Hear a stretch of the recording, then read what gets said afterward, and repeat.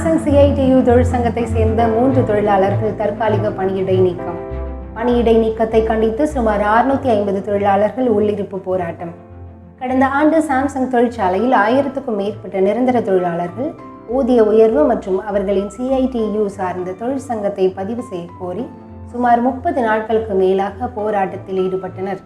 தொடர் போராட்டத்தின் விளைவாக அண்மையில் ஜனவரி 27ஆம் தேதி அன்று சிஐடியுவை சார்ந்த சாம்சங் இந்தியா தொழிலாளர்கள் சங்கம் பதிவு செய்யப்பட்டது. தொழிலாளர்களை நிர்வாகத்தால் உருவாக்கப்பட்ட ஒர்க்கர்ஸ் கமிட்டி குழுவில் சேரவும் சிஐடியு தொழிற்சங்கத்தை விட்டு வெளியேறவும் வற்புறுத்தி தொழிலாளர்களிடம் கடிதங்கள் மூலம் கையெழுத்திட அழுத்தம் கொடுக்க முயன்றுள்ளது நிர்வாகம். கடந்த ஜனவரி 31ஆம் தேதி தொழிலாளர்களில் 3 ஒழுங்கின நடவடிக்கை என்ற பெயரில் தற்காலிக பணியிட நீக்கம் செய்துள்ளது நிர்வாகம். இதனைத் தொடர்ந்து சென்னை கூடுதல் தொழிலாளர் ஆணையர் தலைமையில் பேச்சுவார்த்தை நடைபெற்றது.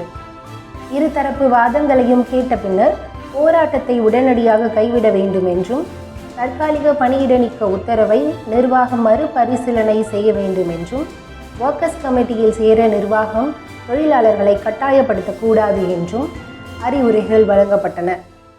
மேலும் 3 தொழிலாளர்களின் தற்காலிக பணியிட நீக்கத்தை நிர்வாகம் இன்னும் திரும்ப பெறவில்லை. அடுத்த கட்ட பேச்சுவார்த்தை பிப்ரவரி 12ஆம் தேதிக்கு ஒத்திவைக்கப்பட்டுள்ளது.